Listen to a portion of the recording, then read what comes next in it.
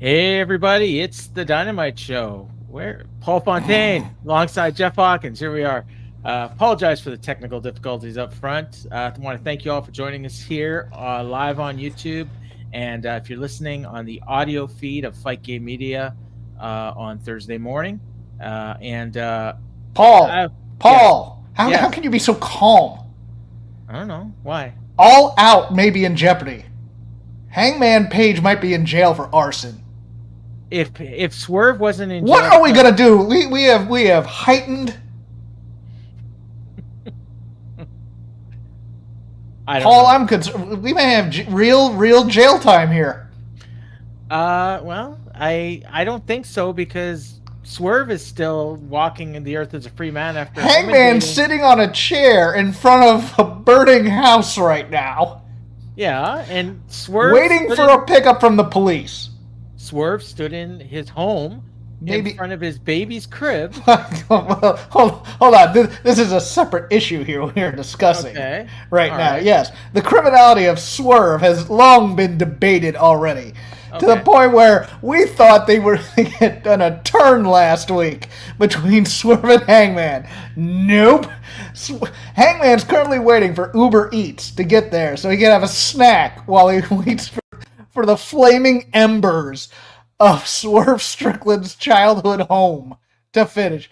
You know what he needs to do? Throw his arms up like Randy Orton in front of the White House. I was hoping for that. And I want to just alert everyone if He's gone from Hangman to Burning Man. you may have heard some audio stuff at the beginning. I think I fixed it. So if everyone, I'll explain it to Jeff after. But yeah, no, I mean, I am concerned. I know that our buddy John, who's in the chat, did mention this as well. Aggravated burglary, aggravated stalking, aggravated assault, and aggravated arson. Just plain aggravated. Yeah, well, I think aggravated's a good word to describe both these guys right now. Where is smart Mark Sterling to be able to represent either of these clients and get them out of jail? Or what's that other dude's name? Stephen P. Stephen P. New. Well, he's a little bit busy writing torts and filings about the Tate brothers and in barely intelligible English. I did read some of it. Did you? Is it that bad? It's not good. Do I need to buy because he doesn't seem like the most. How do I put this? I'm a little spoiled. I worked almost 20 years in big law. Yeah. You know, I've worked with absolute sharks who are on their game and very you know, I was going to say something that sounded smart and now I can't because I'm dumb. But anyways, let's go. This is Nick from The Simpsons. If he decided to be a lawyer instead of a doctor. Oh, this is Troy McClure. Yes.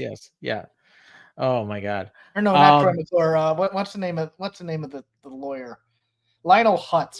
Lionel Hutz. That was Phil Hartman, right?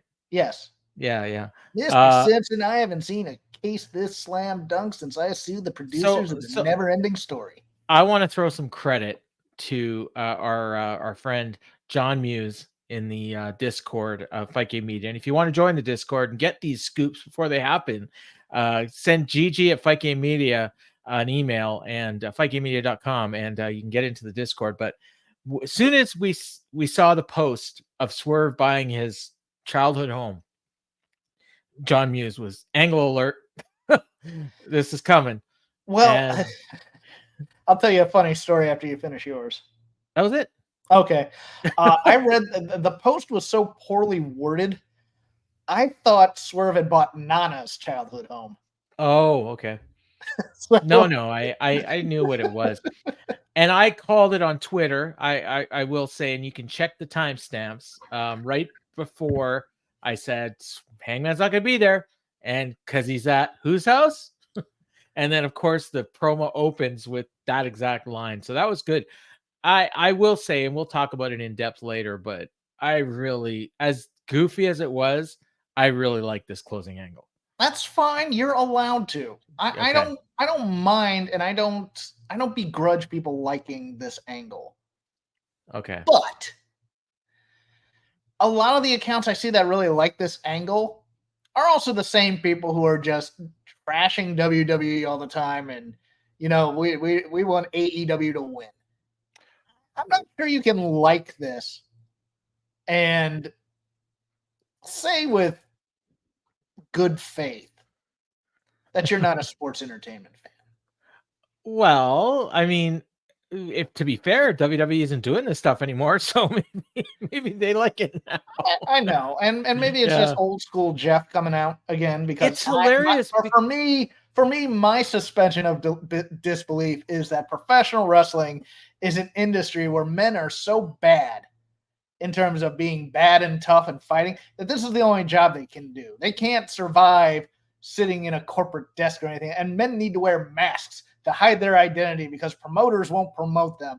And the worst that you get is aggravated assault, perhaps attempted murder at times. But at the same time, what? Go ahead. I was going to say earlier in the show, we saw Marina Shafir just walking around, just beating people up for no reason. Like, yes. CM Punk got fired for putting Jack Perry in a guillotine, and Marino was beating these guys did nothing. Like, I know. Like, Tony at least must have an unsafe working environment suit coming his way, right? Like, I'm just and you have a ridiculous, feckless authority figure, which Christopher is Daniels. Oh, I don't know which one you were talking about. Well, yes, all of them. Yeah, I'm just kind of all white. You know, I actually before that angle, and I'm not really railing on it. It was fine. It was camp, but it was fine. You know what? In terms of camp, it was pretty well done. Camp. It was a great visual. I would say that, yes. I mean, I was more upset that once again we have now shifted the dynamics of this feud. Well, it's the bad guy. Well, again. And we talked about it last week, and we clipped it for YouTube. I mean, you know, the question was who is the baby face, and I contended that Swerve was the baby face. So I feel like I've been proven right here. So you believe in stalking just so long as the context is correct. No, I think he was a heel when he was stalking, but that was a long time ago. And now he's changed, he's turned a corner. In fact, even when he was threatening to stalk Bryan Danielson and his kid and told him he'd be in his house when if he was having a conversation. Here's the thing actually gnawing at me, and transferring heat has a very good put his last comment up there. It's TNA. It's TNA with a big budget. By the way, nothing wrong with that. This is what has been gnawing at me just a little bit after the show, is that every precursor wrestling federation that comes, or for a precursor for a wrestling federation that comes in and says, we're not going to do it like those guys, eventually does it like those guys. Lucha Underground was kind of the same way. TNA, kind of the same way. You know? You know what's funny is, as someone pointed out today, they don't even have the records up on the website anymore. No, they don't. Like they're getting away. And meanwhile, on the other stations, WWE is putting up records. They're talking about streaks. They're putting results on the screen. Like earlier tonight, you saw so-and-so beat so-and-so. Like we're watching an actual sporting event. And meanwhile, on Wednesdays and Fridays and Saturdays, we're getting sports entertainment. This is better done NXT in some ways. I mean, they have mob bosses killing people on that show. No one is the bad guy in this feud. I'd argue they both are. There ain't no good guy. There ain't no bad guy. There's just you and me, and we just disagree. Yeah. Okay. Thank you, Dave Mason. Oh, that's who that was. And Cactus Jack. Yeah. I was gonna say David. I was gonna say David Essex, but yeah. No. That's Dave Mason. Okay. Yeah. So we'll talk about all that. I did want to point out, I finally did watch All In. I'm caught up on my AEW programming, believe it or not. I finished Collision this afternoon, so I am right caught up. I enjoyed Grizzled Young Vets and the Outrunners. Okay. For what it was. I wasn't. I thought, okay, Outrunners were the baby faces in that one, sure. And then the next night, Truth Magnum is teaming with the Iron Savages and Jack Jameson for some reason, even though Turbo Floyd was on the outside. They're now baby faces again. Who are? I think Jack Jameson and the Iron. Nope, they're not. No, because they were facing. No, they were facing 4 baby faces. Okay. Yeah, it's whatever. You know, it doesn't matter. Erica Lee is out of her freaking mind. You know what it is? It's what's her name? Delilah Kristen Wiig. If SNL was doing a skit on 80s pro wrestling. Yeah, we've had this discussion. That was Eric. Well, I in the Discord. We didn't do it here. Okay. So I watched all that. And I was really interested because I heard a couple of the matches that were going to be on Dynamite, and I want to see, okay, how are they going to set these up? And I get to Collision, and I still have a half hour into Collision. I still have no idea, not one single match that's going to be on Dynamite.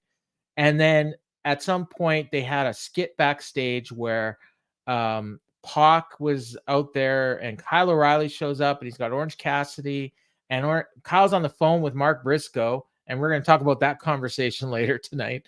And somehow they made a match for Wednesday between, that we saw tonight, which was Will Ospreay teaming with Kyle O'Reilly and Orange Cassidy against the Trios champs, but not for the belts. It was wacky, it was bad, and that was that. And then later on in the show, they just aired a video package and said, "Oh, Mariah May is going to be defending her title against Nyla Rose." And that was the setup. Collision had its all-time lowest rating and viewers. On the regular time slot. There was a couple that aired in the afternoon or like middle of the night or whatever. Fine, well, you know what I mean. Yeah. No, I'm just saying, like, those are the only times. 219,000, I think. Like, it was ridiculously low. Both Rampage and Collision, I think. So yeah, it's not great. I mean, these shows are just there. Yes. And I'm watching them, and then they're using these shows allegedly to set up matches for Dynamite, except they're not. People will tell you that they are. They shouldn't. No, nobody watches them. Why would you use them to set up stuff? But also, you don't set up matches by just announcing on Twitter 24 hours before the show. I agree. You build feuds and you. Kazuchika Okada is defending his title against Kyle Fletcher, who lost in the main event last week to Ricochet. Yes. Where was Ricochet tonight? Where's he on All Out? They're doing matches to get into a four-way when half of the people in the matches for the four-way were in a four-way on Rampage the previous week, and you're just like, guys. And meanwhile, you have Ricochet. Ricochet won the main event last week, and then I was like, okay, well, why isn't Ricochet facing Kazuchika Okada instead of Kyle Fletcher? Well, we don't want to beat Ricochet. No. Well, so have him win. Too much money in that. So have him win then. Like, well, we can't beat Okada. Well, okay, we can't beat anyone. So we're just gonna have Brian Keats wrestle a star every week, and we're gonna have Commander wrestle a star, and we're gonna have the Beast Mortos. We have a set Collision roster. We have a set Rampage roster, and they're just doing matches to do matches. They did, and Transferring Heat, they did announce a bunch of matches that there's no reason you need to see them. We just went over it, actually, in passing. It's all these guys from all these multi-man matches facing each other for the right to be in another multi-man. So there's 3 guys wrestling 3 guys who are ranked below them, and of the 3 guys, one of them is the one that's going to take the pin on Saturday. And you already know exactly what's going to happen in all these matches. And the whole point of this is so that we can have Takeshita versus Okada without beating either one of them. Yes. Yeah, that's the entire reason. And Tony secretly knows nobody's buying this pay-per-view. Yeah, I might. I really want to see Hangman and Swerve. When I mean nobody, I mean I know, royal nobody, where a lot of us are going to be watching college football. This honestly is the worst build for a pay-per-view I've seen since some other AEW pay-per-view, probably. No. Since like this Tuesday in Texas. This is nothing. This, like, oh my God. And we'll get into it. But so I'm caught up. I liked All In a lot. I didn't think it was a top 10 show of all time, like I saw some people say. It was one of the better shows of the year. I will say that. Couple awesome matches, MJF and Ospreay, and I actually thought the Mariah May Toni Storm match was a lot better than a lot of people I saw. Like Dave gave it 3 3/4 stars. I thought it was a lot better than that, honestly. I really like that match a lot. Really? Yeah, yeah. And I thought the Britt Baker Mercedes match wasn't that bad. Like everyone's Okay. calling it, yeah, it's terrible. And I'm like, no, I thought it was fine. I didn't think it. It, Well, I want terrible is the wrong word for it. It just wasn't clicking for me. people blame Britt, and number one, I think she might have hurt her back on one of the early spots. That's And possible. then like I think Mercedes has something to do with it too. Like she was on offense for a lot of that match, and people would rather see her selling. And she You needs know to what drop you that know, I finisher. think, Paul, I think watching live, when you watched Britt come out and she had The boo-boo face. the boo-boo face, Yeah. that will temper your opinion of what you thought Fair at enough. the And I don't time. watch I don't watch the I entrances, so know. I probably You wouldn't have missed even seen everything it. in the entrances. I get it. Yeah, yeah. So I probably would have, even if I watched quote unquote live, because I never watch actually live, but if I would have watched on a delay like I usually do, I wouldn't have seen that anyway. So I would have. I mean, the crowd was dead, so that definitely didn't help. But I thought like at the end they picked up, and when you win over a dead crowd, I think that says something about Yeah, your match. no. I mean, see, I can't remember the match offhand because I thought they clicked well together at first, and then they kind of It was the opposite. So at the okay. beginning So they they were hit the dismount. Okay. yeah, like so at the end they did the spot where Britt faked getting hit by the chair, Oh, that's right. then Camille got thrown out, and then the very ending, Mercedes, she never hits that finisher. And she botched it this time too, and that was that. So anyways, yeah, so that was All In. Though my ice cold takes on All In. I thought it was a really good show. I'd give it like an 8.5 out of 10. Like a really, really good show. I was glad I bought it. I was glad I watched it. And I will also say that Rampage and the Collision that were before it were some of the best go home stuff I've seen. Like that Collision from Cardiff that nobody watched, it was awesome. Like it was a really good show, and it got me excited for the pay per view. I hadn't actually ordered it yet, and so when I finished watching Collision, I was like, I got to see this pay per view. So yeah, it did its job, honestly. Okay. So yeah. So speaking of go homes, this was actually, we just finished All In, and this was the go home show for All Out. And we opened the show with Daniel Garcia. Let me start with something hypothetical to you. Okay. Forget this show for a moment. Okay. You're building into All Out. Yeah. It's a pay-per-view that's not really on anybody's radar. Mm-hmm. It's on some people's radar, but it's not really, it's not, nobody's really clamoring for it. We're still kind of on the high of All In. Right. For your go-home show, what would your focus be? It would have been Hangman Swerve. Really? Okay. Yeah. I would have done as much as possible to make Jungle Boy a big deal. Oh, I think that ship has sailed. Well, I mean, but there are things you could have done.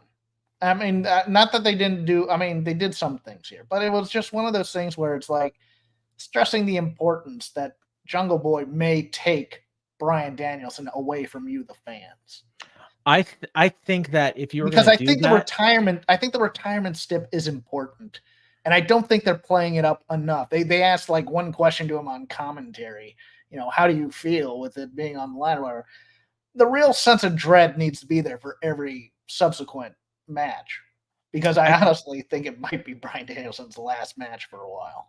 I think nobody buys that Jack Perry can actually win, so they're not even trying to convince you that he will. If you were trying to do that, I think you needed to hammer this home harder. I think after Perry beat Darby at All In, you needed to have him cut a promo and say, whoever walks out of that main event, I'm coming for you. And then you do your angle last week, and then you do something on Rampage, and then you do something on Collision, and then you do something this week. And you've only got a week and a half to build this, right? The very first thing we heard about it was last Wednesday. That's 11 days before the pay-per-view, right? 10 days before. Yeah, no, I know. I completely agree with that. I would have done something like that, and I would have had a little vignette with Christian saying I can cash in at any time. Because I feel like they kept him off the TV for a reason. And I think that reason is I'm going to say this right now. I think Christian's coming out of this pay-per-view with the title. It's possible. I think given what has happened with, I mean, in addition to just Danielson needing surgery and the thing with Nikki Bella and the domestic abuse, I think he may just decide, you know what, right now my family needs me. a lot more than wrestling needs me. And I haven't played this up. He's not big into huge goodbyes and other things like that. I think they make the change here, and I think everybody's just kind of going into this next Wednesday show going, what the hell just happened? But we'll see. That, you know what, and what that could also do would be to grab they could get a giant rating for next week too if they did that. I don't think Christian's drawing a giant rating necessarily. Not Christian per se, but the fact that the championship is in disarray and Bryan Danielson's gone, and like that sort of thing. People might tune in out of curiosity. So we will talk about that later. Let's get to Daniel. All right. So Daniel Garcia opens the show of all people. And before he gets a chance to say anything, we hear MJF on a mic, and he's in the crowd. And he says, I don't want to ruin the match on Saturday by whipping your ass today, buddy. Or Bud, I guess he called him. And he's drinking some wine. He says, Saturday, I'm going to paint the canvas with your blood and break your pencil neck. I don't attack people from behind like a coward like you did. And I don't do it looking like an emaciated skinhead hooked on Ozempic. Hell of a line there. Workshopping that one. Yeah. And then Garcia says, unbelievable. You think anyone believes you? They know everything you said is fake and a lie. Oh, really? He's not an emancipated skinhead hooked on Ozempic? I thought he was real. Tell him the truth. Everything about you is fake. Your tan, your makeup to cover your acne, your trip to take a hair transplant in Portugal, it didn't work. Turkey. Yeah, I didn't write down the country, and I was trying to do it from memory. I looked it up. Okay. And Turkey is apparently a there's a lot of like all-inclusive packages for people to go over there, get hair plugs, and then fly back. And just, all right. Well, MJF didn't like that line. No. And he said, the fakest thing about you is your fake love for AEW. You don't care about this place. You don't love the people the way I love these people. You can get fake tattoos and we will never believe you. It's like, okay, whatever. Like, and then MJF promised to make him bleed buckets, and he was about to go in again, and Garcia interrupted him. And he said, you shut up and listen to me for once. I said I was obsessed with ruining your life. I want you to suffer and the people that love you to suffer. If you can find a woman to pretend to care about you for longer than a year, go ahead, marry her, get a house, get a kid. Just now, every time you pick up that ugly ass baby, you'll feel a tingle from your neck to your toes and you'll think about me. And Max, your kid will ask you, Daddy, were you a wrestler? And for the first time in your life, you'll tell the truth and say, I was, until Daniel Garcia ended my career. I thought he was coming off like a bit of a heel here. I overall, I liked it. Okay. But if I deconstruct it, it feels like a memo went out that everybody, look, we need to make our feuds more personal. Yeah. And instead of just saying, I want to beat your ass, they've decided to go, we need exposition to draw it out a lot more. So we're going to talk about everybody's family and everybody's little issues that they have in their actual life. Okay. And it feels a little uncomfortable at times to me. I don't know about you, but like, look, fake tan, I get it. The people wear fake tan be on TV. That's cool. Yeah. Bronzer and stuff like the hair plugs. I'm like, oh, that's a cosmetic choice. Might be a self-esteem thing. It's been brought up before too. Yeah, Max's issues with women. Yeah, that's been brought up, but here's where I start getting to uncomfortable territory a bit. And then Max comes back with your mama jokes. Yeah, so an ugly ass baby. You brought up something about stretching things out, and I will say, before the show started, there was 3 matches announced. Now I think they went on Twitter about 2 hours before the show and announced Jamie Hayter and Robin Renegade, and I mean that's it. So we had 3 matches and no segments. Like normally we get, like, oh, we're going to have a Chris Jericho, whatever. And we're going to have a MJF this, and we're going to have a Mercedes that, and nothing. Like we had 3 matches. And so I think a lot of the stuff tonight was stretched out. And this promo was an example of it because it went on and on and on. But overall, they're going with the theme of we need to make these feuds personal. So we're going to talk about every feature of your personal life. And I think they're misreading what personal means, but okay. Yeah. So Max claps. He says, wow, bravo. Did you guys hear that? Danny learned how to speak. Now, Danny, you still have a lot to learn, bud. You still have some maturing to do. You didn't realize that when I cost you that match, I was trying to do you solid. You can't trust anyone. Look at me. I was their favorite. They loved me. And I should point out, like, as he was talking, they were interrupting him and he was getting upset. He was drawing back and forth with them, but I just wrote down the text of it. He says, then I got too big and then like rats, they turned on me. You don't want their love, Danny. You don't want to win championship gold because the more you rise, these fickle bastards will want to watch you fall. So I'm going to do you a favor. This Saturday, your friends, your family are going to churn on you. I'll make sure they can't churn on you like they did me. And I'm going to put you, and then at this point, the fans are dueling chants. Shut the fuck up and let him talk. And he let that sink in for a bit. And then he says, I'm going to put you in a wheelchair. And then that one person you can trust, that mother of yours, she's a good woman. She'll take care of you. Lord knows you won't be the first man lying on their back in her bed that she happily attended to. And Daniel just had enough of that. And he ran into the crowd and MJF sicked security on him. And Daniel Garcia made his way through like 6 different security guards. Finally got to MJF, and then he gets cracked in the head with a wine bottle. And yeah. If it were me, yeah, I would have taken off this coda, and just after the initial comeback by Garcia, I would have had Max leave, and then later in the show exact revenge and give this little twerp. Give whatever there.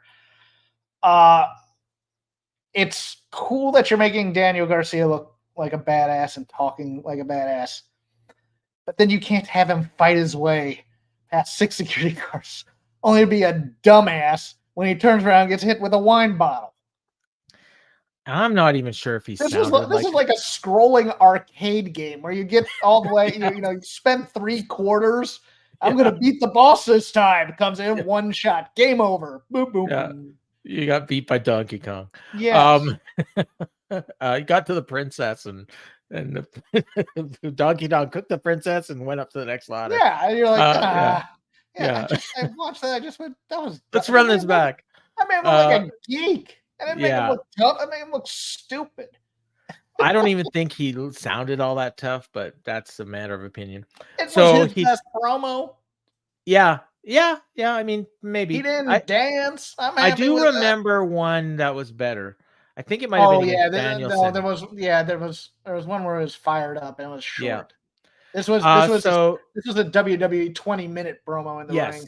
Yeah. Well, maybe he's auditioning. So MJF took a sip of his wine and then he picked up Garcia. Garcia was busted open, and he says, "Mind if I take a seat, bud?"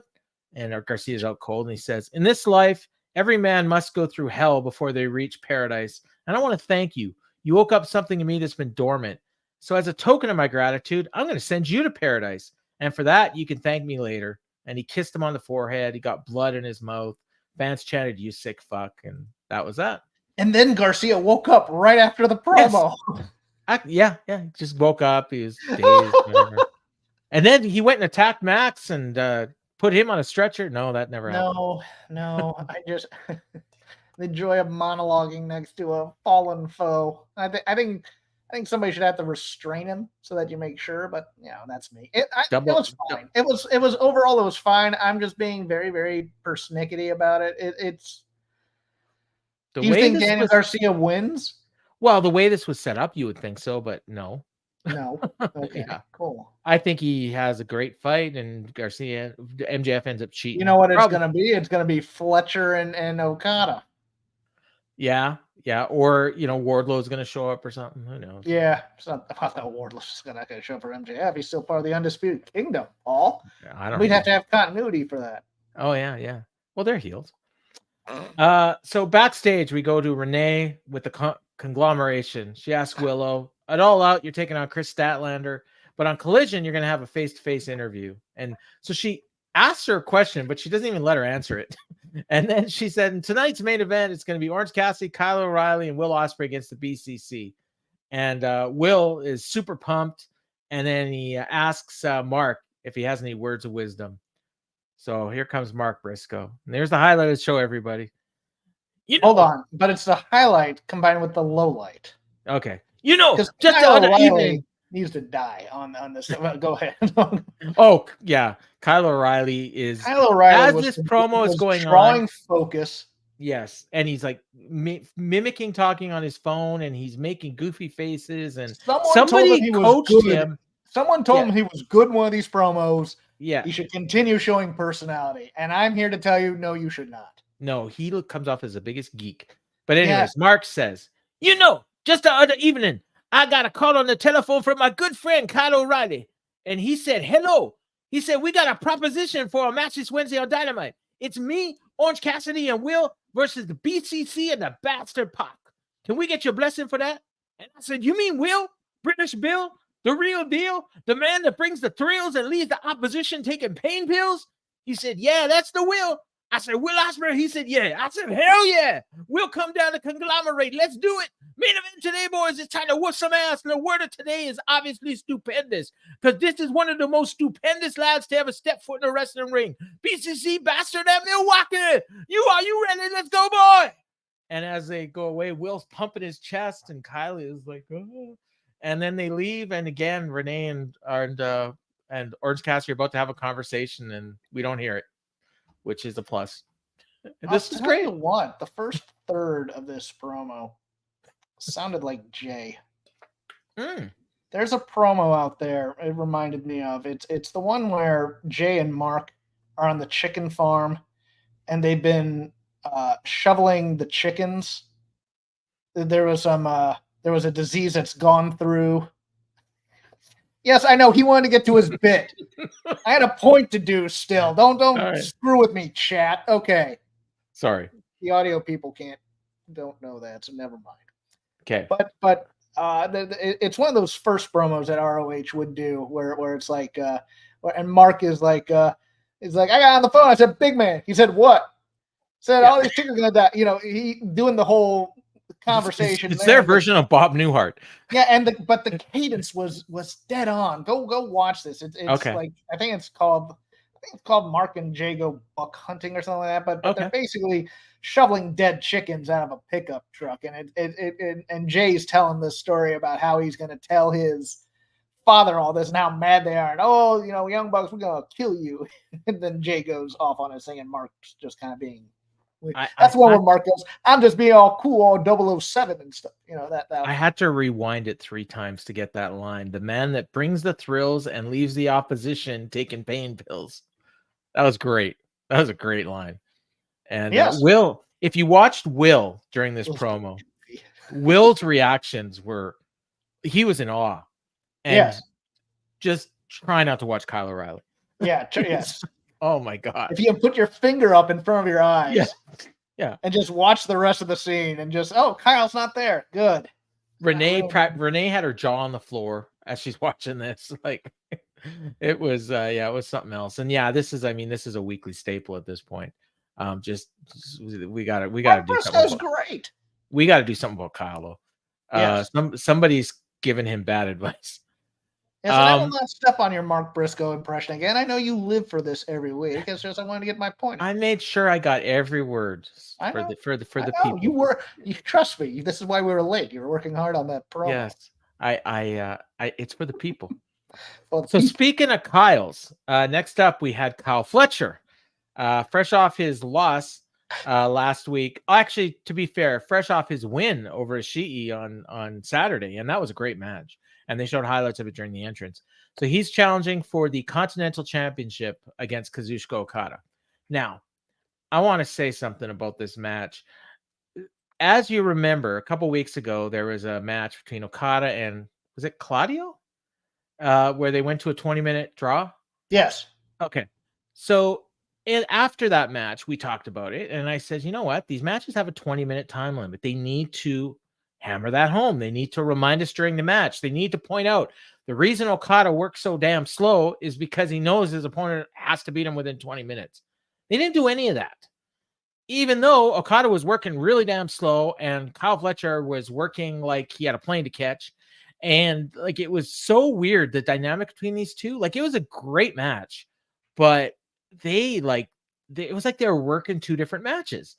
Okada just kept trying to slow this guy down, and Kyle just didn't want to slow down. So it was really weird. They had so they were chatting about a lot of stuff, and crowd's kind of dead while Okada's in control because he's doing his Japan match where the first 15 minutes don't matter. He did his thing where he did Greg Valentine. Yeah. He does his Rainmaker pose, slips off the crowd. That's a staple now. Mr. Rainmaker, Kyle hits a DVD. They end up they mentioned that Collision Contenders Challenge thing or whatever.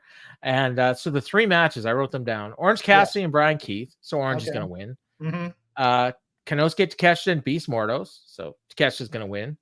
And Lance Archer and Mark Briscoe. I assume Lance Archer is going to win because then Lance Archer is going to get beat by Takeshita. Or no, Lance Archer is going to get beat by Okada in the match, right?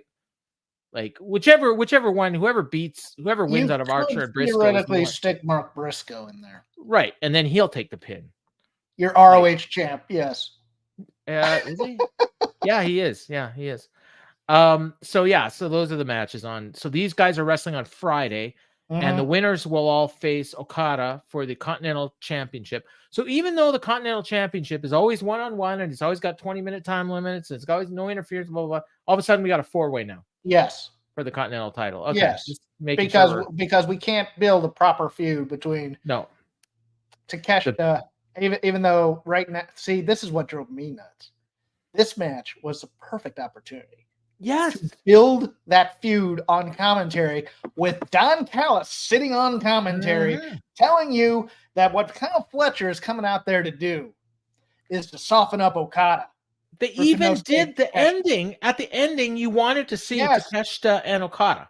Yes. It's like they're building. And Don Callis being he's bad in a world of evil where the elite are evil. He's like, look, we have a job to do. We're here for money and cash and titles, and we want to bring that title home to the Don Callis family. And if Kyle Fletcher doesn't do it, if he can't do it, his orders are to hurt Okada enough so that Konosuke Takeshita can get it done. Takeshita. Yes. Okay. Yeah. Takeshita. Yeah. Okay, Max. Yeah. Can't get it done on Saturday. Yes, the story is right there, and they just refuse to do it because we need to put over Kyle as underdog babyface and losing. And you're just like, I think we are building to a singles match between these two. We're just not getting it yet. No, they're building to it because what's going to happen is then, I'm so mad because it was a 4-way and I didn't get the pin and I wasn't pinned, so I deserve a one-on-one match still. Takesha's going to hit his finisher on Briscoe, and then someo's going to pull Takesha out of the ring, and Okada's going to steal the pin, and to continue our WWE tropes. Anyways, back to this match. So they made the 15-minute call, and the crowd kind of groaned because they knew, we're probably going to a draw. Little did they know they get a much worse finish. And then they're outside the ring and they're just wasting time. And Callis is on commentary. He's actually saying he just wasted 90 seconds out there. He needs to get moving. So he's trying to tell the story, but Excalibur just goes back to calling the match. You know what a good manager would do is go to the ring and tell him that. Yeah. Fletcher did the Rainmaker pose, and then he hit him with a knee to the back of the head, went for a tombstone, hit the Rainmaker. Or no, Okada hit the Rainmaker, maintained wrist control. Fans chanted one more time. So he does it. And then he missed the Rainmaker, but hit his wicked drop kick. Went for another Rainmaker, and Kyle blocked it. They exchanged forearms. Kyle hit a half and half. Tombstone by Fletcher for 2. Okada's trying to get to the outside. Fletcher pulls him back in. Ref calls 1 minute. So it's going to go to a draw. And then all of a sudden, the ref gets distracted, and Kazuchika Okada hit a low blow on Kyle. Then he hit the Rainmaker, and he got the pin. That was it. There's no point to that match.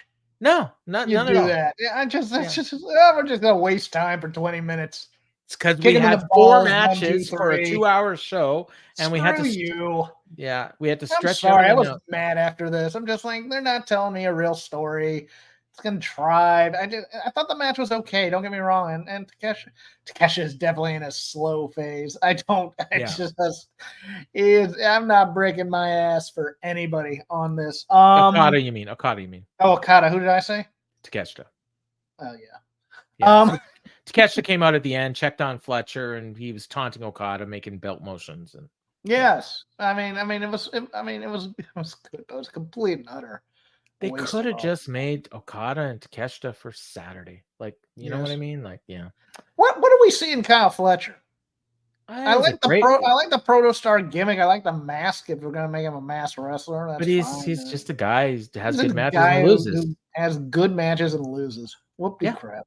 Yeah, he's Brian Keith. He's Commander. He's not special anymore. He's 6'4" and can do everything that half the guys on the roster can't. And put it this way: you need to wait for Mark Davis.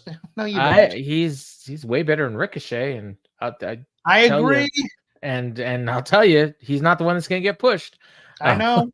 Yeah, because we have that Will dream match to do. Yep. So earlier this week, Nana and Swerve are in front of a house, and Swerve explains he bought back his childhood home. He learned how to become fearless there. He fell in hard times. Things got tough. His house got foreclosed. He moved out and made a promise to become successful enough to buy back this property. He's now the proud owner of his childhood home, and he thanked his manager and his best friend, Prince Nana, and all that worked to make Swerve a heel in the Danielson feud. Right back to being a lovable babyface. Yeah. This was interesting. They did show highlights of the thing, and I saw this on All In. This was the worst. I don't know if you saw it. It was on the pre-show, and it was Swerve signing his contract with goofball Tony Khan. Yeah, like this thing was so bad. I can't believe they put it on. I mean, it was only on YouTube, but still, it was. They're trying to ape off of what the NFL does with rookie contracts and stuff. When they sign, it's all over social media and cheesy grin, and here's a photo op. He looked like the rookie signing a contract. Tony. I know he did. Yeah. Like, oh my god, he's got the glasses and the bad hair. He's wearing a costume to his contract signing. Yes. Yeah. Tony was. Both. Yes. Yeah. All right, next up we got Jamie Hayter and Robin Renegade, and I'm thinking, oh my god, they're just gonna stretch this thing out. And nope, this was just a quick squash, which was great. She hit her 3 backbreakers into the Haterade and got the win. And Harley and Saraya were watching TV backstage, and they didn't like the match. And Excalibur plugged a sit down that Renee had with Jamie Hayter. So that, you know what, honestly, that's smart. If people want to watch it, they can go watch it. I hate people watching monitors this way, but Harley was at least trying in those scenes to have a discussion as if she's breaking down the match she's watching. I give her full credit for that. Harley's a treasure. She is. I didn't think I'd like her because I just thought she has comedy chops up the Yazoo, and it's hilarious. But I'm liking this new Jamie Hayter. She's got in magnificent shape.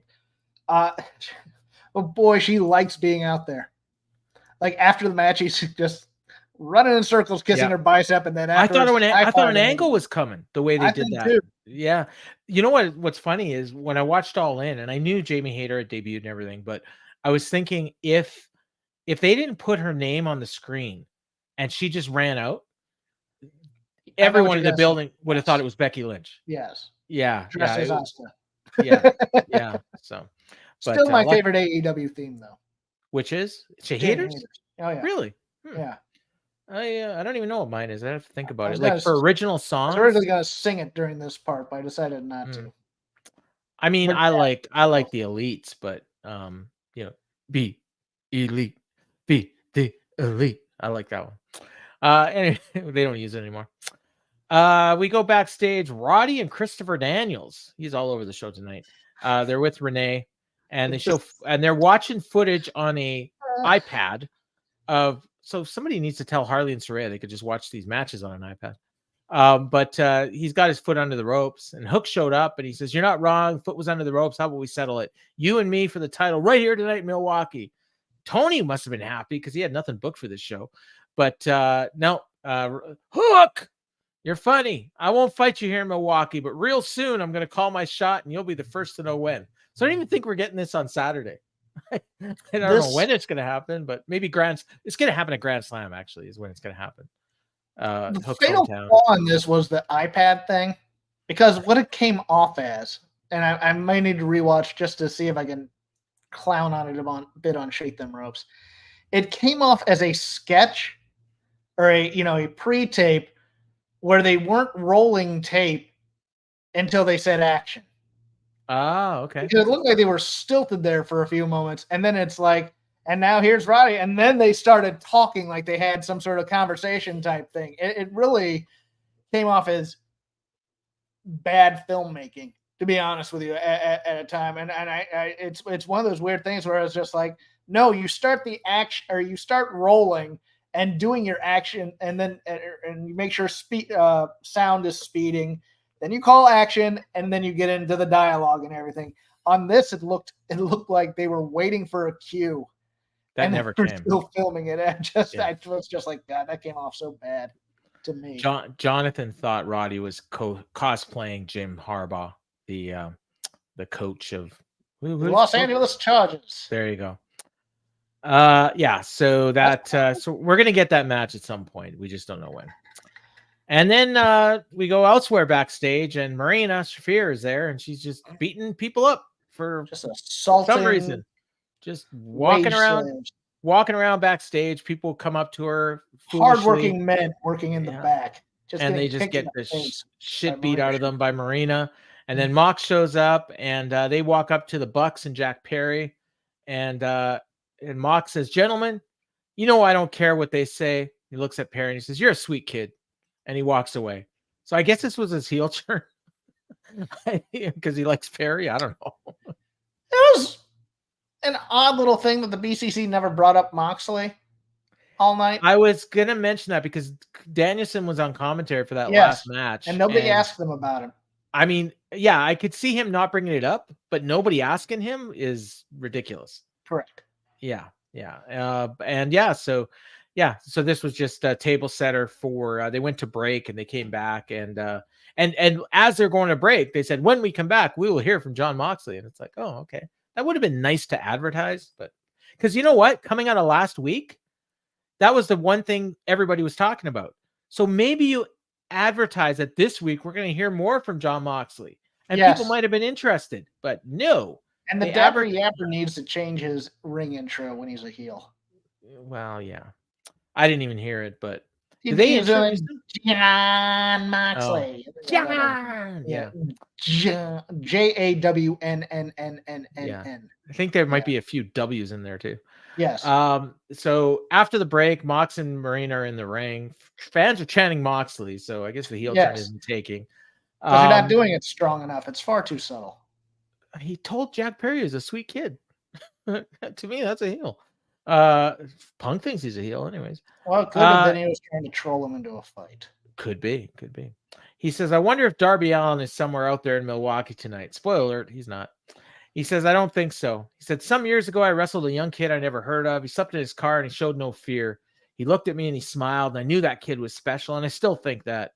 Darby's his own man. He walks his own path. He plays the game the way it was meant to be played. Darby Allin knows the chance to be in this sport, to perform in front of all these people on television every week is a privilege. It's not something you're entitled to, but how quickly we forget that. I'm not an impatient man, but the clock is ticking. I just want to talk. I don't want to apply pressure, but I will. So don't make me, Darby. I just want to talk." And he throws the mic down, and they leave through the crowd. Announcers are calling what Moxley said riddles and sphinx-like statements, which sounds like something Michael Cole would say. Because I don't know what they were talking about. He was pretty clear. I agree, but I agree that that's what he's doing. Because this is a babyface promo putting over Darby. And then he just goes, "I just want to talk," which isn't true. Right. So he's not like he's a heel. He's, right? I think. No, he is a heel. But he's not. But he hasn't healed on the audience yet.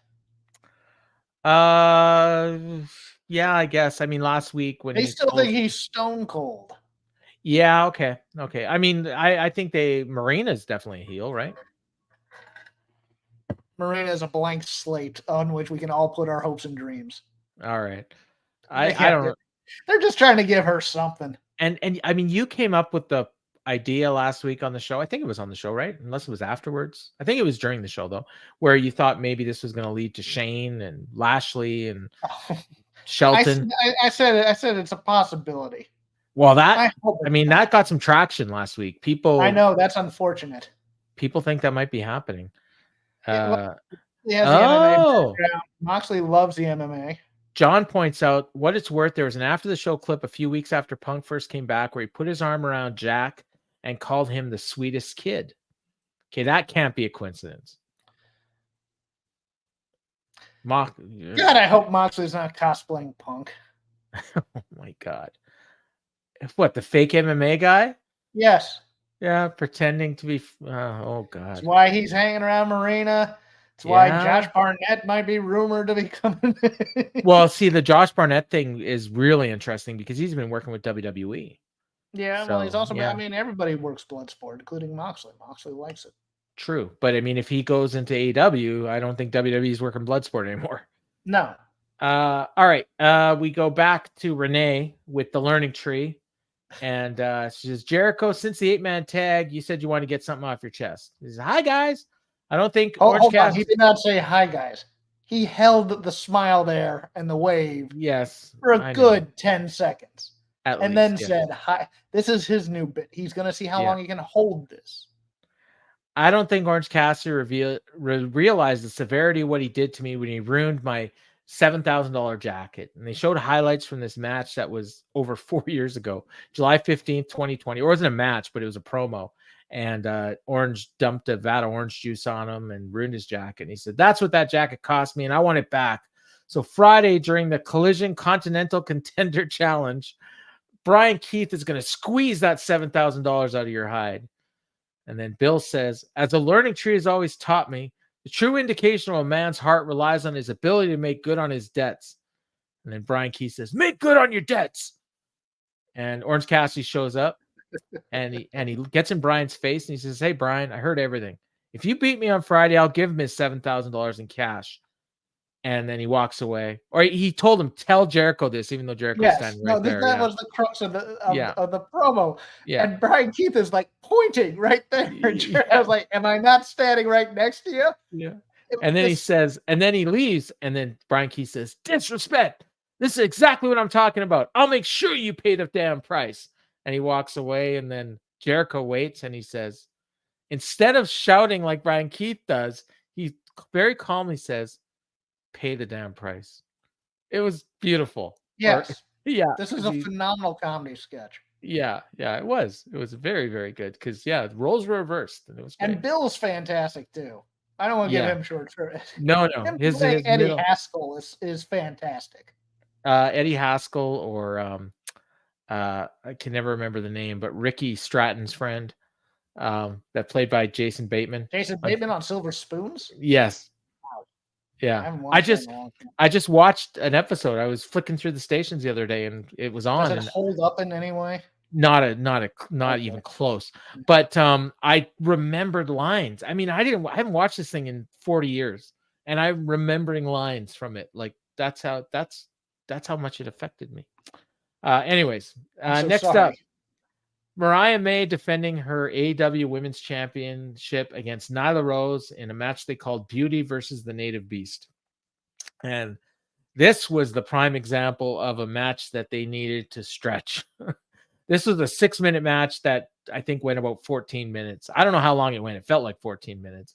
They were killing time. They were wasting time. Nyla was in control, and then Mariah was selling, and they just went on and on. They went through a break. They both kissed each other at different points. Fans were chanting, let's go Nyla at one point, which is, good for her. Mariah went for a crossbody. Nyla caught her, gave her the world's strongest slam. Mariah rolled out of the ring. Aubrey was checking on Mariah. They were trying to sell it like she was really hurt, but then she just miraculously came to and took out Nyla's knee, then hit her with a high knee, and she was trying to get a count out win, and then Nyla made it back in. And then Mariah hit a running knee and a Storm Zero and got the win. And it was a fine win over a former champ, but it was 12 minutes of my life I wish I could have back. I think they need to rethink this match a little bit more. I don't want like that. The take out the knee spot was just the most gentle. Mariah May just sweeping the thing. And Nyla Rose needs credibility. She's the Vader of this division. Is she? Well, she used to be. Yeah, I mean, she definitely used to be. I just don't know if she is anymore. She's not anymore, but she doesn't She's have like to the win. Jinder Mahal of this division at this point. It's not the worst comparison. I don't want to go that far, but I mean, former champ that has zero credibility. Okay, I'll go with that. I mean, As much, and I love Ron Garvin in the Nyla WWF Rose. in I 1990. love Nyla Rose. Don't get me wrong. I think she's so entertaining, and her squash matches are great. Like, But why is it? But why is a woman that looks like Mariah May dominating someone like Nyla Rose? That's the question you have to ask, and then you have to plan spots around that. But for 80% of the match, that wasn't what was happening. No, but also Nyla wasn't destroying her either. It was true. It was a back and forth. I mean, they were literally killing time. Like, like I thought Mariah May should have been scared of Nyla Rose at one point. Yes, yeah, but that doesn't really fit her character. So maybe they should have done this match. That's my conclusion too, Paul. Yeah, maybe just Serena Deeb. No, not even Deeb. I mean, the other Renegade would have been fine. I think she's hurt. She still would have been fine. But if you wanted a match that you could put in some time, a match of some length, okay. Yeah, that's why I say Serena you have your Red Velvets, you have your Queen Aminata, Kira Hogan's. Queen Aminata, I say for a special occasion because Queen Aminata's going to chop the crap out of her, and it's going to be fantastic. She jobbed on Saturday. I know, it was sad. I'm wearing a black armband. Kira Hogan, I think, is injured too. A lot of injuries. They're doing TikTok videos with Red Velvet, so I don't. Oh, okay. I wouldn't know. Yeah. So it was fine. And after the match, Mariah had a nasty scar on her forehead. I don't know if it was from the match or if it was there before. No, that's from All In. Oh, is it? Okay. She was bleeding. She posed with the belt. She was basically making out with it, and then she started rolling around in the ring like Tony used to do. And I thought for sure there was going to be an angle, but nope. Felt like an angle alert. Nothing happening. Nope. They were just killing time. Speaking of killing time, we got a Deonna Purrazzo video package. There's someone who could have wrestled Mariah. There you go. Every artist goes through phases. Picasso had his blue period. The Texas bull rope match was supposed to be my magnus opus, and she threw a glass in the wall, but it wasn't. But I'm not done making art. I've only just begun. And this was all to build up a match on Friday between her and Hikaru Shida. And Shida's obviously going to beat her. So I'm not sure why they did a video package, but it was a good, fine package. Like her she used to be one of your favorites, and you gave her a big cheer when we signed her. Now watch her on Collision. Yeah. No, I mean, I like her. With Thunder Rosa and Serena She's D. good in the ring. And this promo was good. Like, it's fine, but nobody on Collision matters. No, and why are you giving a promo package to somebody that's just going to lose? And who's not going to be on a Wednesday? No. So whatever. And they showed, oh my God, this. So they showed this on Collision, and I thought it was bad. They showed it again here on Dynamite. These highlights of Mercedes beating someone. I think they said her name was Momo, in an empty gym. Like apparently there was it was Capital Collision. I know, but it looked like an empty gym. Like there was everything was black, and there was no audio, so it looked like it was in the pandemic. Like, am I wrong? Like, it looked like there's no one in this building.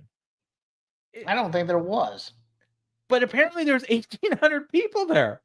Okay, that's nobody to me. The way they shot it, it looked. I'm not talking. That's like more than your average Collision at times. But I'm not saying it looked like there was very few people here, or like it was a small crowd. I'm saying I thought you were saying literally nobody was there. That's what it looked like. You saw the highlight. I didn't watch the crowd.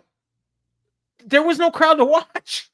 There was no one. It wasn't anything I was paying attention to. If they were there, you couldn't see them. Is my point. Okay. And you couldn't hear take them. Your word for it. Yeah, I thought this looked so bad. But anyway, she won, and again over somebody. I don't know who it is, and Momo Watanabe or something, or Momo Congo. Yes. Yeah, there's two different Momos, and I'm never sure which one it is. But Shida, they pointed out that she won a 4-way to get the shot at Mercedes on Saturday. They showed highlights of that, and Mercedes comes out with Camille, and she's wearing a kimono. And she says, Milwaukee, and decent pop, and please say hello to your CEO. And they booed. Taz is chanting CEO.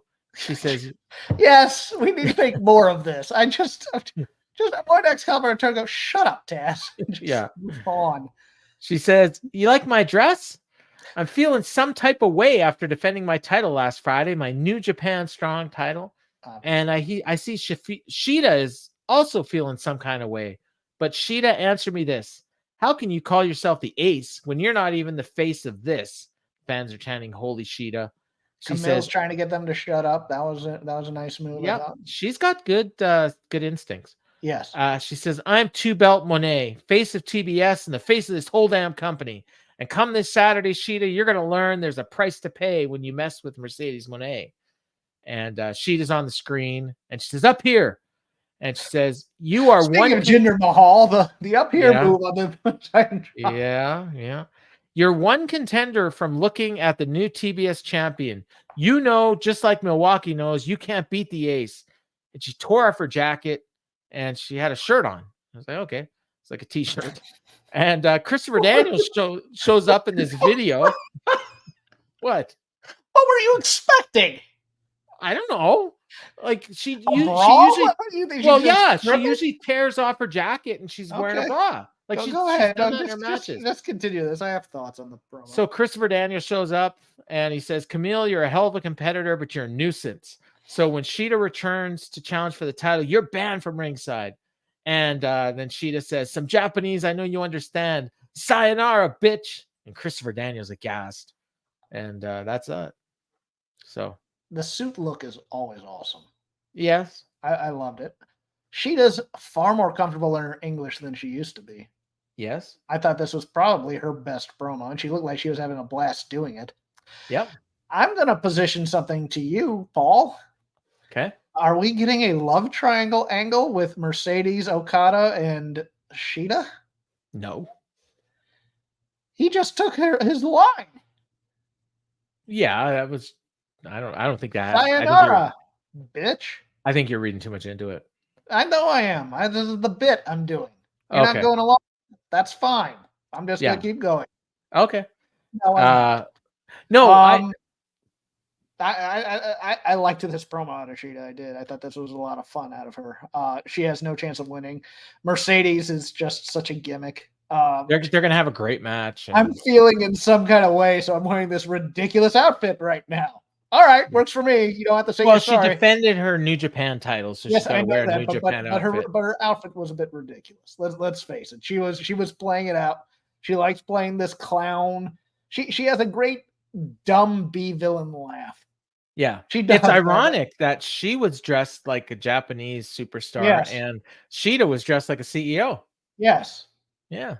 So albeit the red tie and red jacket, very video gamey, and a red T-shirt underneath it. I guess that's an AEW I like that shirt. It's very Kill Billish. Well, there is cool. This biggest problem is Shida just lost to Mercedes a few weeks ago on Dynamite. Yeah, look, that's for people who pay attention. We're just booking matches. They're doing a. It was funny because I'm watching a Mercedes. No, I'm watching this match, and they're talking about Mercedes. No, it was All In.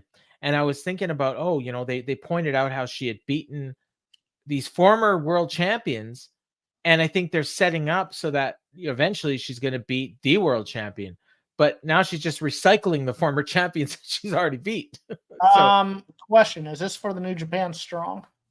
No, it's for the TBS title. TBS? Okay, never mind. Yeah. But I don't think that would matter either way. Like I thought it might. I thought they Sheeta's got no ties to New Japan. So okay. Yeah. We go backstage to an Elite tape promo, and Bucks say that Jack has something to say. So he says, 3 years ago in Chicago at All Out 2021, very first time Bryan Danielson set foot in AEW, I was there. I felt the ground shake. I promised myself it would be my turn at some day to stand in the ring with the American Dragon. Earlier this year, hadn't been in AEW in quite some time. I heard his career was ending.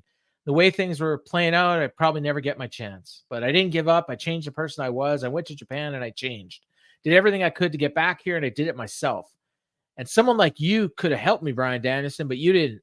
So the one thing that you care about is your perfect little ending. Well, this Saturday, where it all began, it's not going to be a happy ending for you. That was a good promo. And then Matt says we're going to do anything we can to make sure the AEW World title comes back to where it belongs with the Elite. And he tells it to cut the camera. So you could read into this that they're going to get Christian involved.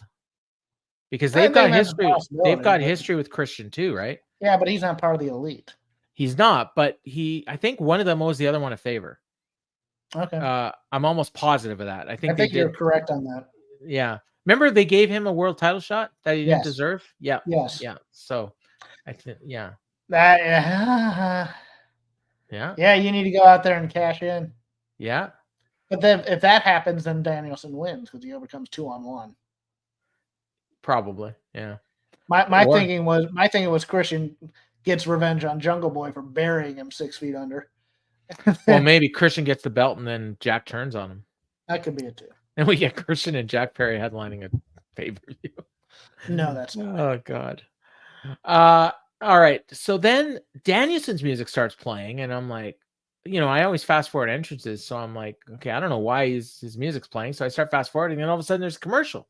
I'm like, what the hell? So I actually rewound it, and then apparently he just did his entrance so he could go sit and do commentary. So Works for Don Callis. Why not him? Yeah, I guess.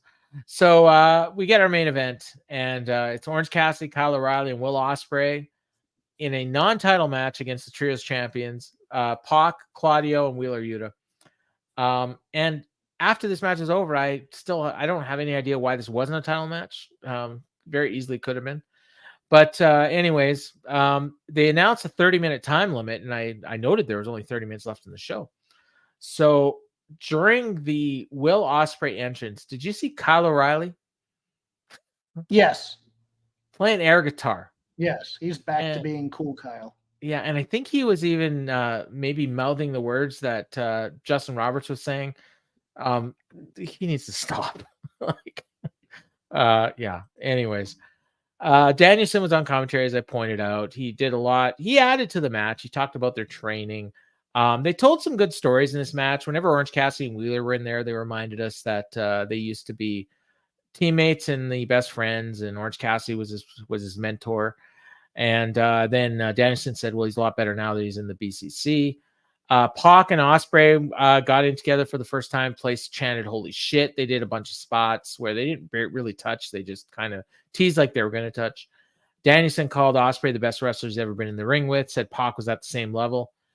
They all were in the ring at one point. They went to a break. So they come back from the break, and it's Wheeler and Orange Cassidy. And again, they're talking about the mentor stuff. PAC tagged in, and they brought up the history of PAC and Orange Cassidy and that match they had where Orange Cassidy finally decided to try.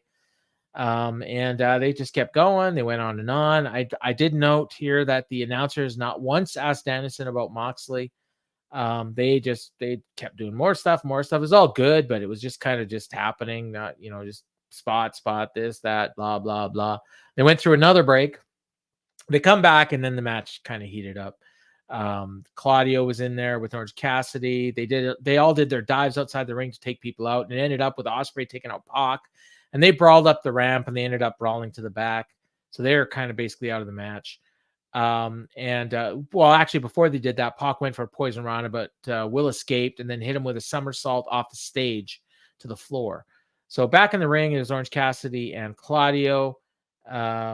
Diving DDT by Orange. Orange missed an Orange punch. Claudio hit a stun dog millionaire. Orange gave him a beach break for near fall. Orange and Kyle O'Reilly were doing the kicks to Claudio's chest. Wheeler pulled Orange out of the ring. Kyle had a guillotine on Claudio forever. And Danielson did a great job here explaining the hold and how Claudio could break out of it. Claudio tried to slam him out of it, but Kyle held on. Then he bashed Kyle into the turnbuckles, but he still held on. And at this point, Danielson says Kyle should be in the BCC. Eventually, Kyle brought Claudio to the mat. Claudio's arm almost went down, but then he got up, hit the uppercut, gave him the giant swing. Wheeler drop kicked him, and Claudio pinned him. So all that so that Kyle could take a pin, which of all these guys in this match, I would have guessed at the beginning that it would be either him or Wheeler taking the pin, and it was him. So, and then after the match, Danielson came to the ring to congratulate the BCC. PAC and Will had disappeared. Elite attacked him from behind with Okada. Perry grabbed a chair. Bucks held Danielson. Claudio took out Perry at the knees. And then eventually they all were in there with Perry. And the Bucks pulled him out. Danielson wanted to kick his fucking head in, but the Elite wouldn't let him. And then Claudio says, let me tell you this. You kids just made the biggest mistakes of your life. You fucked up, Chance. Matt tells him to shut up. He says, lately I've been in the mood to collect golds, trophy in Mexico, trios champs, challenge him to a tag match. And he says, me and Wheeler against the Bucks for the tag team championships. And the crowd's chanting yes. Danielson says, as for you, Jack, there's a lot of people frustrated and seeing you and all your crap. I guarantee you one thing. This Saturday at All Out, Jack Perry, you're going to get your fucking head kicked in. And that was that. There's a match. He did not promise to win. No, he did not. No, he did not. But he did promise to kick his head in, which did I'm promise sure to he kick will. his head in. I would think that I didn't like the staging necessarily of PAC and Will here, because PAC tried to cripple the man last week. Yeah, I think that should be blows as opposed to wrestling. Much like the Wesley Zach Wentz match on NXT Takeover, the No Mercy thing, where it started with high spots. Yes, the man tries to cripple me. I'm gonna try and punch him in the face. That was the only thing. I mean, look, this is fine. I have no notes on it. Oh, my neck is starting to bother me. Need to get into training with the BCC. Oh yeah, you just need to turn it for a second. So we went backstage and we had a brainbuster by Okada on Kyle Fletcher on the apron. Yes, we did. And it was like 5 seconds of being out of the ring and then back in. Yeah, because they train their necks. Kyle Fletcher does? Okay. Oh yeah, sure. Backstage, Pac and Will were still brawling. A bunch of refs there. Pac gave him a brainbuster. I like this. Yeah. Yeah, gave him a brainbuster on the equipment box. Daniels told him to go away. Pac yelled at him not to underestimate. Oh, I should point out, and you may have picked up on it, when Bryan Danielson was talking to Jack Perry, he said, this Sunday at All Out. Yes. Pay-per-views on Saturday. Correct. Yeah. But Pac said, he says, don't underestimate you. I'll see you Saturday. So he got the date right. Daniels probably coached him right before the thing. Danielson might be wrestling on Sunday, which would be unfortunate because he'd already had his last match on Saturday. Who knows? He's a day late and $1 short. Okay. You know what it is? It's because he comes from WWE, and Moxley made the same mistake one time too, because they're used to everybody makes the same mistake because they used to. I mean, I couldn't imagine they could survive in the 80s when you had pay-per-views on random Mondays and Tuesdays. Well, and these guys have had their heads kicked in a few times, and so at All Out, we got Ospreay and Pac.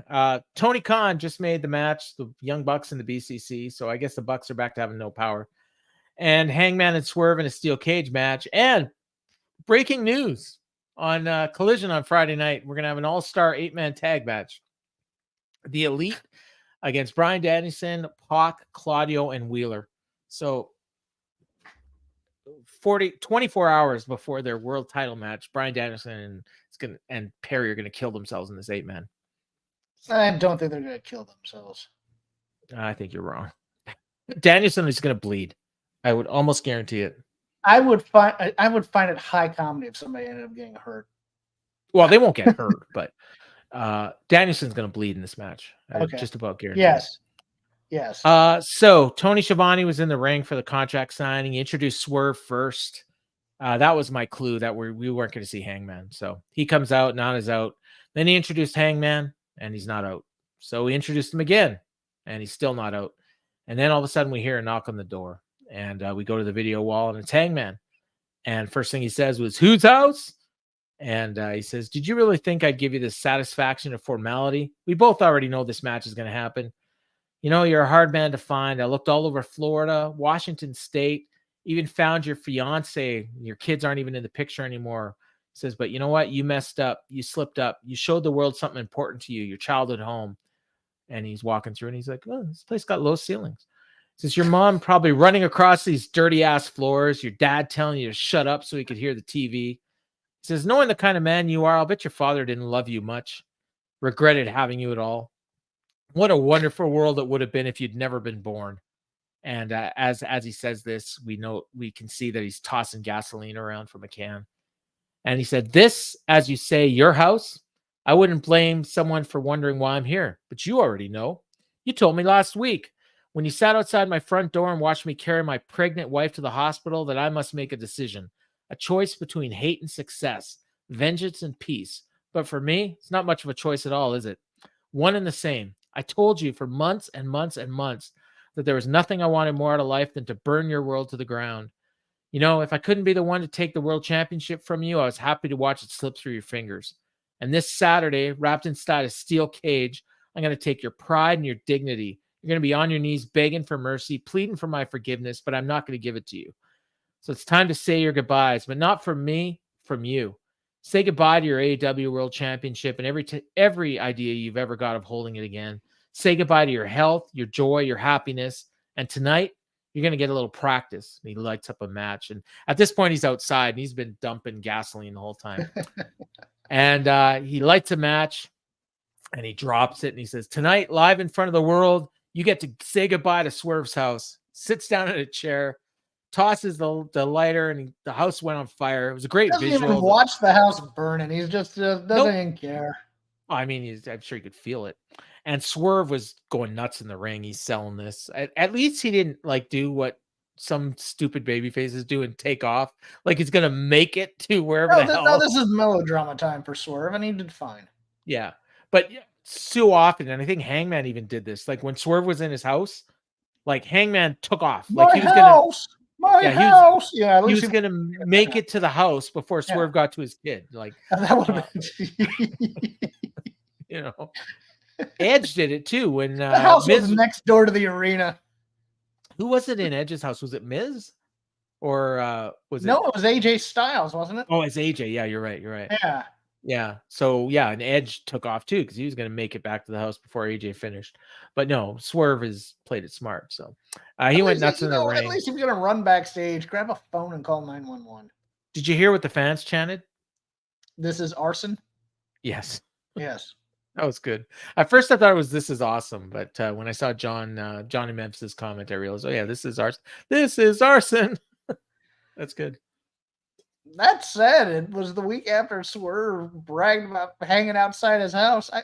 It's one of those things where it's like, again, there's no baby face here. It's just two really bad people who hate each other, and I wish they'd lean more into that. 2 weeks. 2 weeks after Swerve. 2 weeks after Swerve threatened to invade Danielson's home while he's having a conversation with his wife. Yeah. And he vowed to beat him to death in front of his daughter, I think. Now he's a baby face. I bought my childhood home. Is everybody happy for me?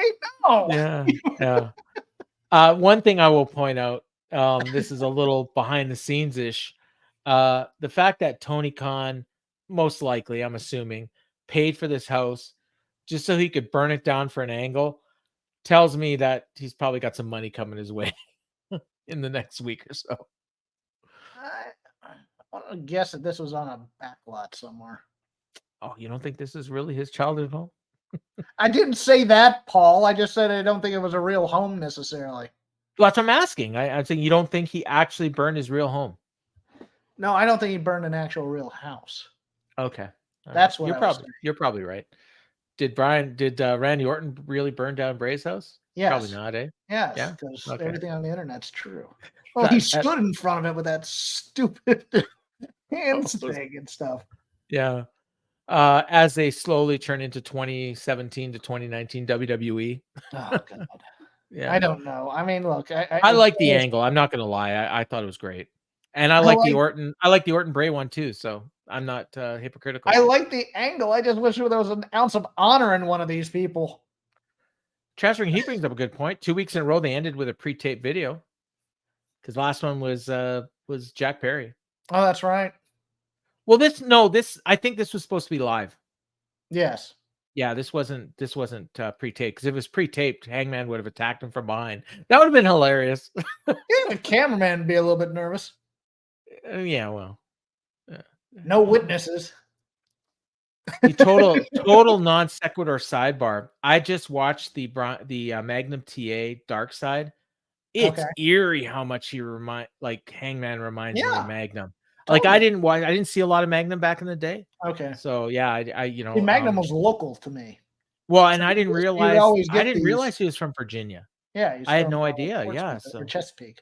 Yeah, they're really like the two of them. Like, I mean, Magnum could be his dad. No, the moment he got the stash and he shaved the rest, he gained the little weight in his face. You're like, my God. And he kind of has that blonde mullet thing going. And with the leather jacket too. Yes. Yeah, like, oh my God. Except he's a heel, of course. Because they don't get it. And not nearly as stoic. No. He still has the emo in him. That must have been traumatic for you though, eh? Like when he had the thing. It was sad, yeah, and it was Yeah. like one of those things where it's like, because the thing was on TV, what they did was they kept kind of, oh, he'll be back, Yeah, and I mean, and as and me, like, eventually you just knew he wasn't because he was like, well, as almost me reading in the wrestling magazines and stuff, like, I assumed he would be back, like, because he showed up at that one pay-per-view or yeah, he showed up with the cane at the Crockett Cup, and then and you and then they hired him to do commentary, and then they did the angle with Tully where yeah, like, where he had to there was take a one bump and he couldn't take a bump, like JJ Dillon's like gently leaning him down to the ground after he they showed that angle on Dark Side, and it was like, "Oh, yeah, okay," you could tell, and, like, he's still alive, yeah, but, but, I mean, he's technically a raised Tully's quadriplegic. kids. Yeah. Well, that was a whole thing they didn't tell in that talk. They just kinda hinted at it at the end. His first wife is, like, the least charismatic person I've ever seen on television. Yes, that's also Yeah. All right. let's do a preview of this. Yeah, so I've got it up here. All Out is on Saturday, in Chicago at, what is it? The Now Arena, I think? Is it Yeah, Aurora Estates or is it in Chicago? it's Hoffman Estates. Hoffman Hoffman Estates, Estates, yeah. So this is the site of the original All In. Yeah. So we have the for the AEW International Championship, Will Ospreay and PAC. Great match, and PAC's gonna win, right? Nah, Ospreay. I mean, there's no way. I don't think there's any title changes on this show. I think we might get one. Okay, continue. Yeah. Maybe I'll change my mind. Actually, wait a minute. Oh no, we won't, because the one that I thought we might get isn't actually a title match. Because Willow Nightingale and Chris Statlander is not for the CMLL title. It's just a Chicago street fight because, as we suspected last week, CMLL they wouldn't sanction it. Yeah, so I think Stat's got to win this one, right? And then lay claim that she's the true rightful heir of the CMLL championship. And then we'll do another match in Mexico. Yeah, maybe. Oh, yeah, I wasn't even thinking that, but yeah, they could do that. Swerve and Hangman. So they've got this listed third, but I have a feeling this may.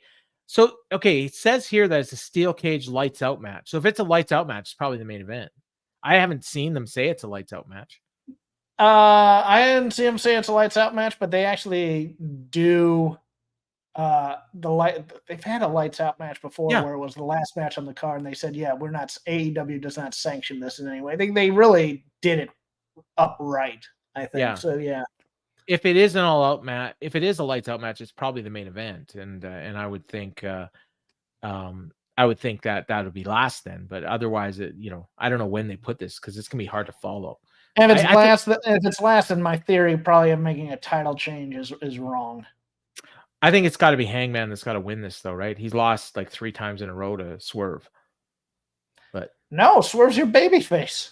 Okay, there we go. We're different on this one. Unless you have a direction for Hangman that I don't know about.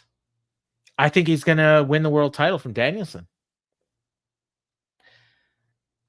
Okay, no, I'll go with that. Yeah, so Hangman destroys Swerve, and then basically cuts a promo on Swerve that he's going to go after Danielson. Okay, and then eventually Swerve's going to get the title back from Hangman, like down the road. Okay, yeah.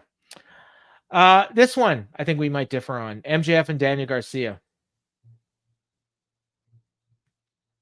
The booking would lead you to think it's Garcia, but I think it's MJF. No, I think it's MJF, and I think he cheats. And I think it's one of those things where it's like it's a good match until he cheats, as everybody's angry at him to get heat. I'll even go far as to say he's going to use the ring. The ring's not really gone, or the brass knuckle. Well, yeah, or that somebody has the ring. Maybe your Wardlow thing comes true again. Yeah, who knows? Or somebody else. He's got a new heavy. I could see possibly. Oh, if Adam might Cole's be ready to come back. Adam Cole might have the ring hit MJF, and then Garcia wins, and then they give Garcia that stupid ceremonial win that way. We've also got apparently Hobbs is getting close to coming back. I could see MJF with Hobbs. Like, I know Hobbs is part of the Callis family, but I'd love to see MJF and Hobbs as a pair. I think that could be cool. All right, yeah, no, but I don't see. I could see them give Garcia the win because his pay-per-view doesn't matter. Yeah, and then MJF gets a big one, and MJF won the first match, so. But MJF's one of your top tier stars. True. Well, that would make Garcia. So yeah, and he just lost at All In. Yeah. Yeah, I don't think he can lose 2 in a row. Yeah, it's got to be MJF. All right. Mercedes Moné defending her AEW TBS championship. Camille is banned from ringside against Hikaru Shida. So when they banned her from ringside, my immediate thought was she's probably going to get another heavy and add someone to her entourage. No, my thought is Camille finds a way to show up. Oh, okay. That's always we kind of do it. Is you're banned from ringside. Oh, I bought a ticket. I have a front row seat. Yeah. Or she's going to be dressed as a cameraman or something. I don't know. Either way, Mercedes wins, right? Yes, Mercedes is winning this. And I think it'll be a pretty good match. Kazuchika Okada against 3 people to be determined, which are going to be Orange Cassidy and 3 men who have never been in my kitchen. Yes. Konosuke Takeshita and Mark Briscoe or Lance Archer. Yeah. And Okada's going to retain. I think he's keeping this title until the tournament. The winner of the Briscoe Archer match gets pinned. Yeah, by Okada. Yes. Yeah, and then Takeshita challenges him after the match. So. Yes. Young Bucks defending the tag team titles against Blackpool Combat Club, Claudio and Wheeler. No title change here, right? No. Yeah, Young Bucks retain. Possibility of a Moxley coming in and tearing up a Yuta or something, though. Yeah, that could happen. Or Marina. Yes. Yeah. But, just to get the separation from the Black. It'd be funny if Marina beat up on Yuta and then Danielson's or Moxley's like, hey, I can't control her. Yeah. And main event. There's only 8 matches so far. God, I hope this is all it is. But we know there are going to be 7 more by Saturday. Bryan Danielson defending the AEW World Championship against Jack Perry. So I assume Danielson's going to retain, but I like your idea of Christian showing up and cashing in. Again, we haven't seen him since he won that title shot. Conspicuous by his absence. Yes. Almost as if they're trying to make us forget. Yes. Although was it tonight or it's because I watched so much wrestling in the last couple of days. It was either tonight or on Collision that they did bring up the fact that Collision can cash or that Christian can cash in at any time. It wasn't tonight. They didn't bring him up at all. Okay. So yeah. So that's usually and that's what made me think. Yeah. Yeah. Well, and you were on that last week already too. Yes. You kind of were already thinking that. So well, I was thinking, because Danielson has this weird twisted sense of humor. That he's done the big hype of I'm gonna fight my way. Oh, I'm gonna work so hard he gets pinned. And Christian won a title in Chicago in I think it was 2020. Did he? He beat Kenny Omega for the TNA title on a AEW pay-per-view. Or no, it wasn't on a pay-per-view. It was on a Rampage. There's no way they do this and then end with another match. The ending with Bryan Danielson no longer being a full-time wrestler would have to be the last moment going out of the pay-per-view. Yeah? Yeah. So that's why I think Danielson probably retains, and then we get the Hangman win over Strickland. Because we still have Darby getting a title shot in 2 weeks. 2 weeks of Grand Slam.